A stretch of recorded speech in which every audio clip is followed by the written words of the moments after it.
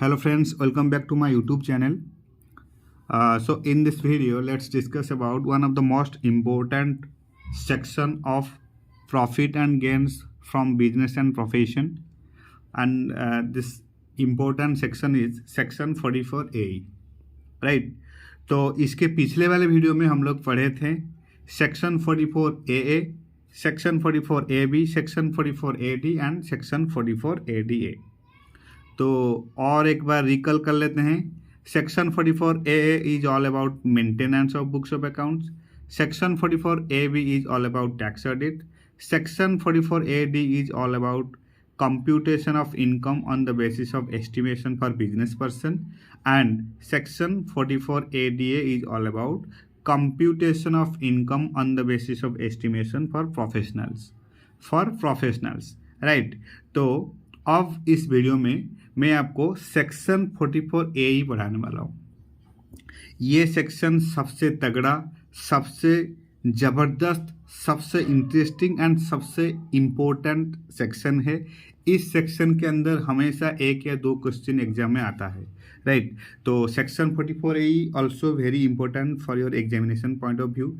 और इस सेक्शन का सबसे इम्पोर्टेंट एडवांटेज ये है कि every type of taxpayers added in this section, every type of taxpayers added in this section, जो कि सेक्शन 44AD में नहीं था, जो कि सेक्शन 44AD में लिमिटेड टैक्स पेयर्स अप्लाई कर सकते थे, लेकिन यहाँ पर सेक्शन 44A में every type of tax pairs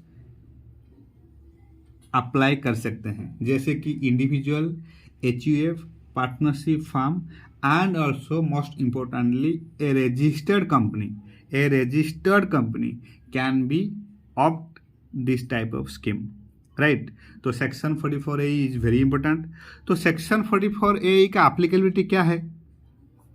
सरकार ने ये बोलता है कि अगर तू business of plying, hiring, leasing goods carriage कर रहा है, तू अगर business of plying, hiring and leasing goods carriage कर रहा है तो तेरे लिए ये section applicable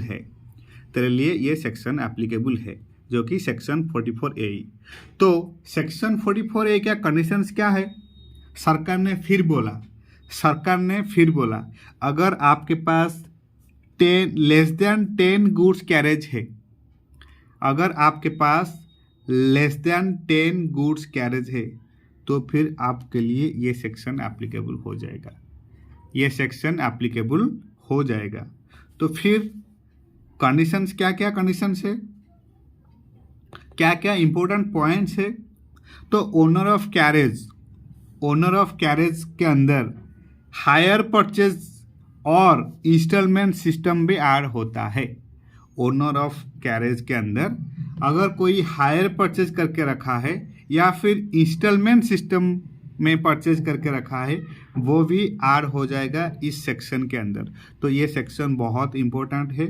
even if the whole amount is unpaid, right?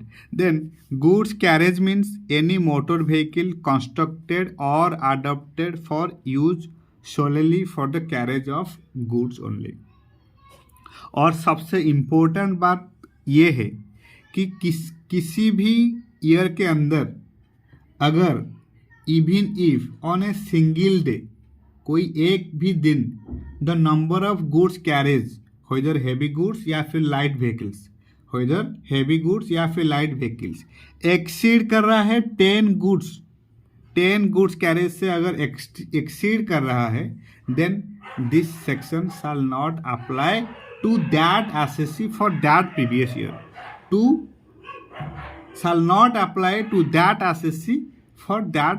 Year.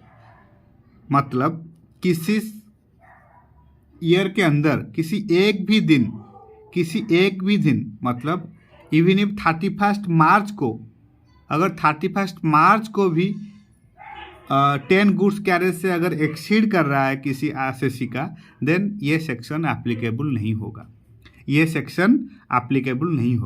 तो ये section applicable only when there is less than 10 goods carriage, business of less than 10 goods carriage, right? तो ये है important conditions. Now comes to how to calculate income in section 44A। ये सबसे ज़बरदस्त, सबसे important, how to calculate income under section 44A। तो सरकार ने बोला कि आप इनकम को दो कैटेगरी में डिवाइड कर सकते हो, दो कैटेगरी में डिवाइड कर सकते हो। एक हैवी गुड्स व्हीकल और एक other than heavy goods vehicle, जिसको लाइट गुड्स व्हीकल भी कहते हैं। एक हैवी गुड्स व्हीकल और एक अदर है लाइट गुड्स व्हीकल। तो हैवी गुड्स व्हीकल क्या है? सरकार ने फिर बोला कि heavy goods vehicles means any goods carriage the gross weight of which exceed 12,000 kg, जिसका ग्रॉस वेट एक्सीड कर रहा है 12,000 kg से, तो वो हो जाएगा हैवी गुड्स व्हीकल, राइट। तो हैवी गुड्स व्हीकल के अंदर कैसे कैलकुलेट किया जाएगा?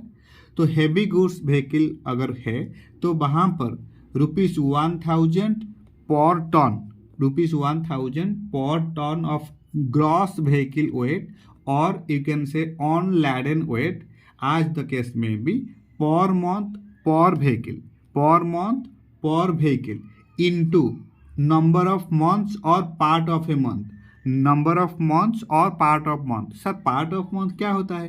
Part of a month means अगर किसी साल के किसी महीने के अंदर एक भी दिन अगर कुछ मतलब परचेज किया गया है, परचेज हुआ है, देन वो इस इनकम के अंदर उसको एक महीना कैलकुलेट किया जाएगा।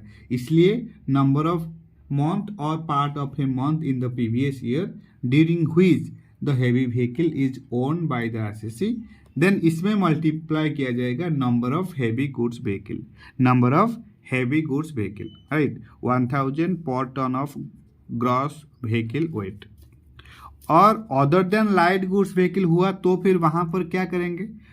ये है जनरल कंडीशन की 7,500 अगर other than heavy goods vehicle है तो कैसे कैलकुलेट करेंगे? In case of light vehicle तो higher of 7,500 per month per vehicle into number of months और part of a month in the previous year during which the vehicle is owned by the SSC into number of other goods carriage, ये है। या फिर an amount claimed to have been actually earned, whichever is higher, right। तो ये है आपका income computation का conditions.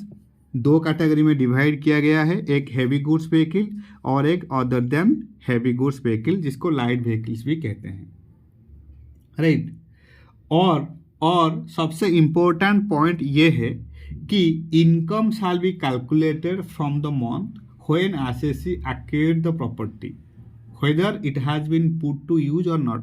जो डेप्रिसिएशन कैलकुलेट के टाइम हम लोग पुट टू यूज का कंडीशन देखते थे, पुट टू यूज, बट यहाँ पर पुट टू यूज का कंडीशंस नहीं है। यहाँ पर व्हेन एसेट इज एक्वायर्ड देखा जाता है। अगर एसेट परचेज किया गया है मतलब वो इस सेक्शन के अंदर एप्लीकेबल हो जाएगा। पुट टू यूज यहाँ पर देखा नहीं जाएगा, जो कि डिप्रिसिएशन में कैलकुलेट के अंदर दिखा जाता है पुट टू यूज, बट यहाँ पर पुट टू यूज देखा नहीं जाएगा। यहाँ पर व्हेन एसेट एक्वायर्ड वो देखा जाएगा, right. Income shall be calculated from the month when assessee acquired the property whether it has been put to use और नॉट। पुट टू यूज किया है या नहीं वो इम्पोर्टेंट नहीं है, परचेज हुआ है मतलब ये सेक्शन 44A के अंदर इनकम कैलकुलेट हो जाएगा, राइट। और सबसे इम्पोर्टेंट पॉइंट ये भी है कि an assessee can declare higher income. Assessee इससे हायर इनकम भी दिखा सकता है, लेकिन इसमें लोअर इनकम नहीं दिखा सकता है। लोअर इनकम दिखाएगा तो फिर कंडीशन अप्लाई होगा कि सेक्शन 44AA के हिसाब से बुक्स ऑफ अकाउंट्स मेंटेन करना पड़ेगा और सेक्शन 44AB के हिसाब से बुक्स ऑफ अकाउंट्स ऑडिट करवाना पड़ेगा from A chartered accountant, right. तो ये कंडीशन से और एक इम्पोर्टेंट कंडीशंस भी है कि एसएससी अगर चाहे तो ऑप्शन को चेंज कर सकता है ईयर टू ईयर।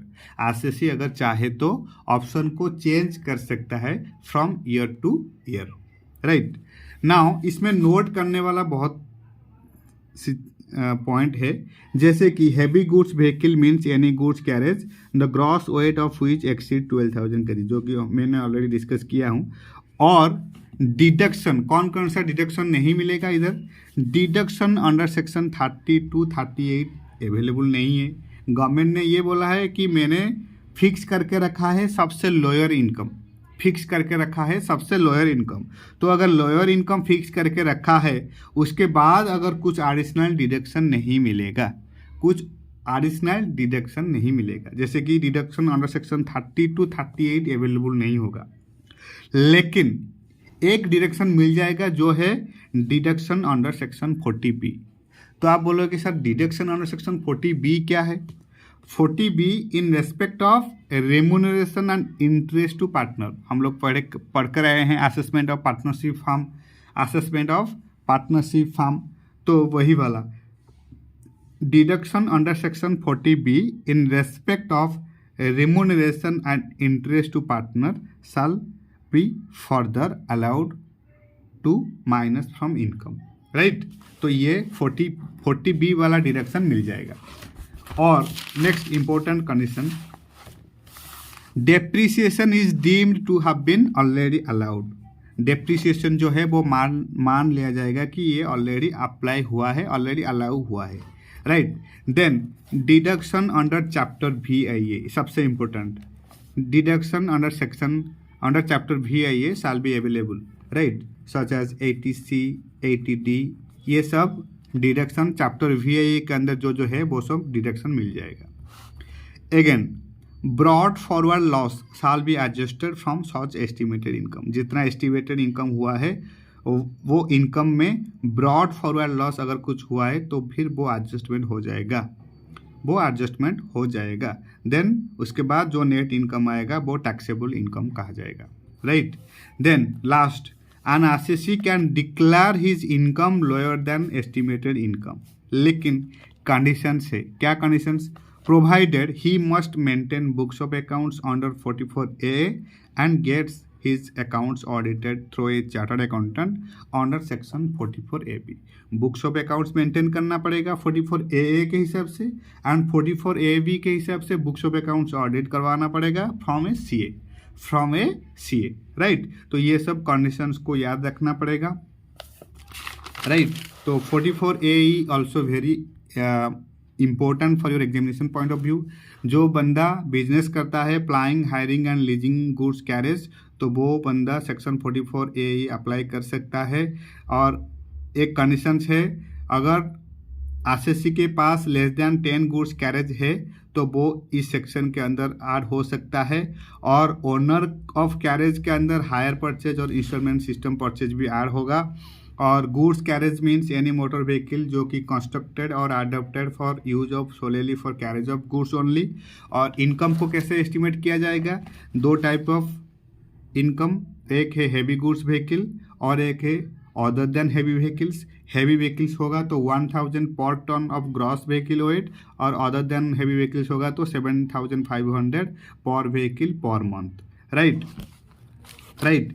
और इसमें सेक्शन 30 to 38 डिडक्शन नहीं मिलेगा, और सेक्शन 40B डिडक्शन मिल जाएगा, जो कि in respect of remuneration and interest to partner, remuneration and interest to partner. और फिर क्या होगा ना, डेप्रिसिएशन मान लिया जाएगा कि ऑलरेडी अलाउ हुआ है, और डिडक्शन अंडर चैप्टर VIA ये मिल जाएगा, चैप्टर VIA के अंदर जितना भी डिडक्शन है वो सब मिल जाएगा। और ब्रॉड फॉरवर्ड बिजनेस लॉस कुछ भी है तो वो एडजस्टमेंट हो जाएगा एस्टिमेटेड इनकम से।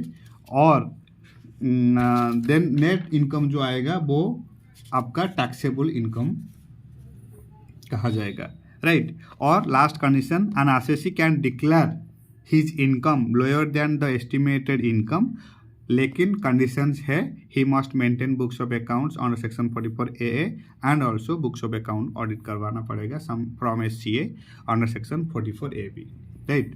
तो ये है, this is it all about section 44AE। तो एटलीस्ट मैं आपको यही बोलूँगा, अगर वीडियो को अच्छा लगा है तो वीडियो को लाइक, शेयर एंड सब्सक्राइब करना भूलिएगा मत। अगर कोई डाउट है तो कमेंट सेक्शन में पूछ सकते हो। डिस्क्रिप्शन बॉक्स में मैं मेरा नंबर को शेयर कर दूंगा। कोई डाउट है तो व्हाट्सएप में मुझे पूछ सकते हो। तो this is it all about 44AE। Thank you so much for your time, thank you so much for your support and happy studying.